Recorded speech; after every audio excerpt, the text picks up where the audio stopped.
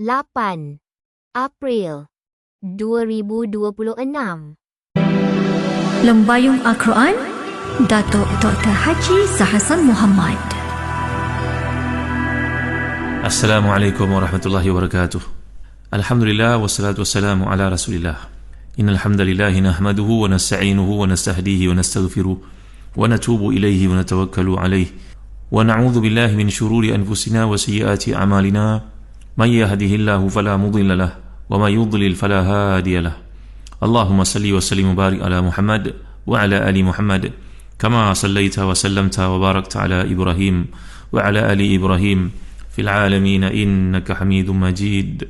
Amma ba'd. Muslim-muslimat yang dimulakan Allah sekalian, kita masih lagi membincangkan ayat 75, 76, 77. Bagi tuan-tuan memiliki tafsir Ibn Katsir, tuan buka pada jilid yang kelima, muka surat 146 dan seterusnya. Saya amat mengalakkan tuan untuk memiliki tahzib tafsir Ibn Katsir ini, kerana Ramadan lalu menyaksikan ramai kita khatam Quran. Lepas ini mari sama kita buat kempen faham Quran. Jadikan sebuah rumah ada satu tafsir Ibn Katsir, satu pejabat, satu sekolah, satu surau, di mana saja, kerana tafsir ni telah dibukti penerimaan para ulama'nya zaman berzaman, lebih 500 tahun dipakai di mana-mana tempat sebagai rujukan ilmu yang penting, di kuliah-kuliah, di universiti timur barat, sebutlah di mana-mana orang akan kenal tafsir Ibn Katsir. Dan mujahadah yang kami lakukan adalah untuk menjadikan dia ke bahasa Melayu dengan penglibatan ramai orang, bagi memastikan maklumat yang sampai ini mudah untuk kita faham. Jadi hargailah kerja-kerja yang dilakukan untuk menyampaikan maksud ini dalam bahasa Melayu kita. Alhamdulillah lebih 10 tahun lakukan, tuan-tuan. Menjadikan diri kita dekat dengan Allah ni adalah satu daripadanya memahami kalamnya. Tak ada nikmat lebih besar daripada kita memahami kalam Allah SWT.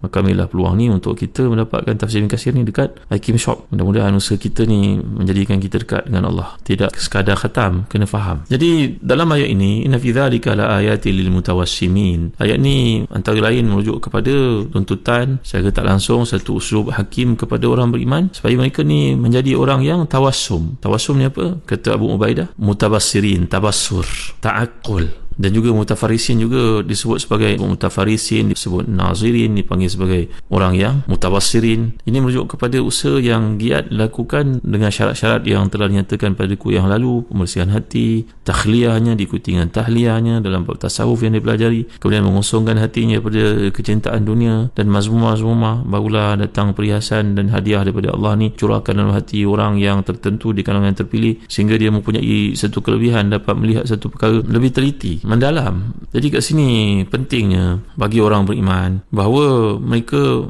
menjadi orang yang yatafarras al-haqiqah wa yata'arraf ilaiha wa yufakkir fiha, wa min alamatil aqili annahu yatabassar wa yatafakkar wa yudaqqiq wa yuhaqqiq wa yatarayyath qabla an yaqbal, qabla an yatahafat, qabla an yulqi nafsahu fi jahim hadhihi syahwah. Jadi ulama ni, para salihin ni, kelebihan daripada mereka ni, mereka mempunyai sifat ta'anni. Ta'anni ni berhati-hati. Tuan-tuan pernah mendengar ada beberapa orang sahabat Nabi yang memiliki sifat ta'anni. Ta'anni ni berarti berhati-hati dan lawan kepada ta'ajjul, ajalah. Ada seorang sahabat yang jumpa Nabi telah menyatakan, nafika la khasataini ma wusifa li ahadun qattu illa wa ra'aituka duna an yusaf illa anta. Ma ra'aitu ahadan qatt. Tak pernah aku melihat seorang pun sepertimu. Kerana kebanyakan manusia bila diceritakan kepada kita tentang kelebihannya, bila kita jumpa, tidaklah sehebat yang digambarkan. Ma ra'aitu ahadan illa wa ra'aitu duna ma wusifa bihi illa anta. Maksudnya aku tak pernah lihat seorang manusia disifatkan kepadaku, didescribekan kepadaku tentang kelebihannya, melainkan bila aku lihat, jumpa dengan dia,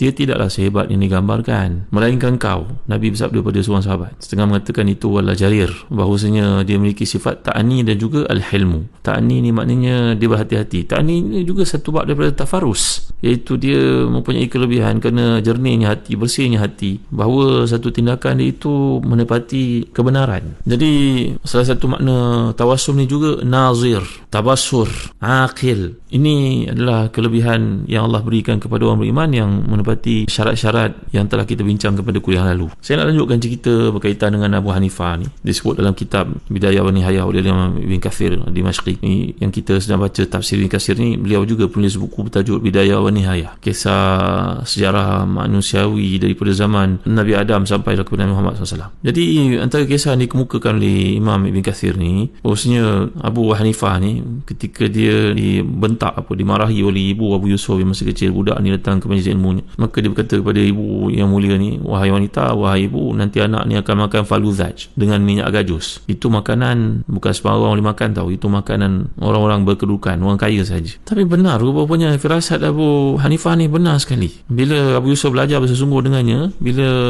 Abu Hanifah telah wafat, Abu Yusuf ni dijulang namanya. Jadi ulama terkemuka diambil sebagai Khalifah Al-Hadi, menjadi qadhi qudah ni, macam menteri lah, macam mufti terbesar negara Islam pada masa itulah. Dalam keadaan negara Islam begitu kuat, begitu lebar, luas empire-nya. Maka Abu Yusuf ni dia menjadi khalifah pada zaman Al-Hadi. Kemudian datang Harun Ar-Rasyid selepas itu, dia masih lagi jadi qadhi qudah. Jawatan itu kekal dipegangnya sebagai orang paling alim dalam kerajaan Abbasiyah pada waktu itulah. Satu hari ketika aku sedang bersama Harun Ar-Rasyid, khalifah yang datang selepas itu, tiba-tiba dihidangkan di hadapan aku sebiji kek yang sangat mewah. Oleh kerana tak pernah jumpa makanan begitu hebat dihidangkan, aku terkeluar daripada mulutku bertanya, ni makanan nama apa ya? Maka Khalifatul Muslimin ni, Amirul Mukminin Harun Rashid ni menjawab, Tuan Hakim, Tuan Menteri, Tuan Mufti, makan, ni dibuatkan untuk kita. Maka inilah namanya faluzaj. La ilaha illallah Muhammadur Rasulullah. Inilah faluzaj yang dimasak bersama dengan, disediakan bersama dengan minyak gajus. Ini makanan cukup mahal lah pada zaman itu. Kali pada zaman kita pun makanan seumpama ni hanya dihidangkan kepada mereka yang berada ialah sebagai orang kayangan saja. Mendengar kata-kata ni, Abu Yusuf tersenyum. Khalifah bertanya kepadanya, mengapa Tuan Qadhi tersenyum? Tuan Mufti, Tuan Menteri, ini jawatan Qadhi Qudah ni. Abu Yusuf berkata, tak ada apa tuanku. Khalifah yang saleh ni, Harun Rashid yang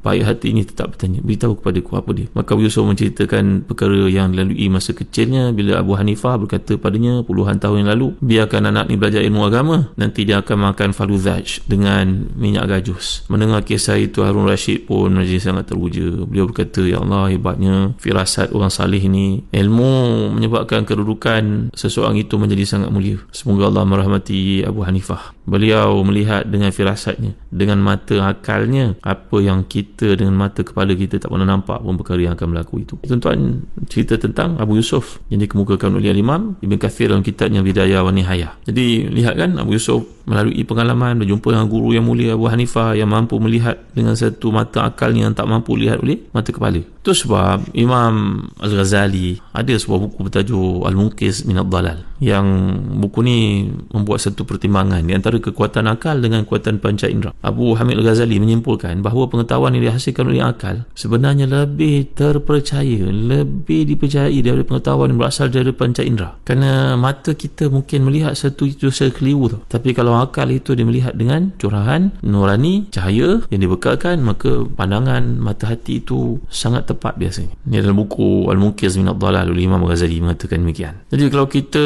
menungi perkara yang lebih mendalam, cerita tentang tawassum, tafarus, tabassur ni kan, dia berkaitan dengan nikmat yang Allah berikan kepada orang beriman ni, melihat satu benda maka mata hatinya aktif untuk melahirkan satu kefahaman yang tidak lahir pada orang biasa-biasa. Mata hati ni memang mempunyai potensi yang sangat luar biasa, berbeza daripada panca indera, kerana akal ini sebenarnya boleh menembusi dimensi ruang, waktu dan juga keadaan. Baca cerita Abu Hanifah ni tadilah, yang telah melihat satu benda berlaku pada anak muridnya Abu Yusuf ni, walaupun kata-kata tu umpama lawak bagi si ibu itu, satu kata-kata mengejek, dimarahnya Abu Hanifah, tapi sebenarnya Abu Hanifah melihat dengan firasatnya bahawa budak ni budak cerdik, dia akan pergi jauh sangat. Jadi kalau digunakan dengan baik, terlanjur kita bercerita bab tafarus ni kan, firasat ni kan, tawassum ni kan. Jadi sebenarnya akal ni boleh reconstruct masa yang lalu tau, boleh meramalkan satu benda yang akan terjadi pada masa depan. Saya pernah cerita pada tuan-tuan kisah tentang seorang ulama yang terkemuka, Ibnu Barajan, yang telah pun meletakkan tarikh pembukaan semula Baitul Maqdis selepas ia diambil alih oleh Kristian, dan benda itu berlaku tepat pada zaman Salahuddin Ayyubi kan. Masyarakat awam mungkin akan menyangkakan bahawa orang ni memiliki kuasa gaib, padahal sebaliknya. Beliau hanya